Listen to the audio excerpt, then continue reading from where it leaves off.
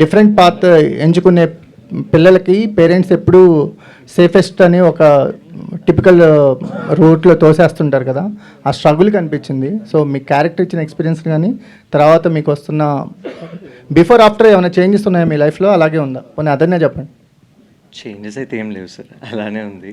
But yeah, it's a very relatable character to me two. So నేను అది play చేసినప్పుడు నేను అనుకున్నా, వన్స్ ఈ సీన్స్ సినిమాలో పడ్డప్పుడు నాలాంటి ప్రతి ఒక్క ఆర్టిస్ట్ రిలేట్ అవుతాడు, నాలాంటి ప్రతి ఒక్క మిడిల్ క్లాస్ గై రిలేట్ అవుతాడు.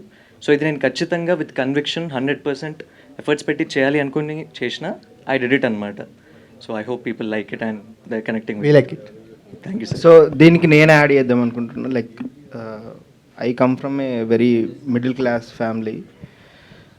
అందరిలానే నన్ను కూడా బీటెక్ చేయించారు, చేయించారు యాక్చువల్గా.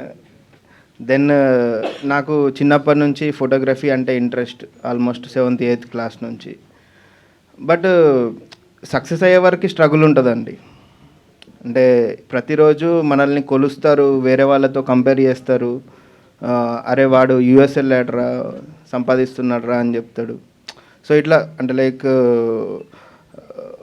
ఒక టీనేజర్ కాలేజ్ స్టార్ట్ అయ్యే కంటే ముందు ఇంట్లో ఎదుర్కొనే ప్రాబ్లమ్స్ ఏవైతే ఉన్నాయో అవి బాగా డిస్కస్ చేశారని అనిపించింది నాకు.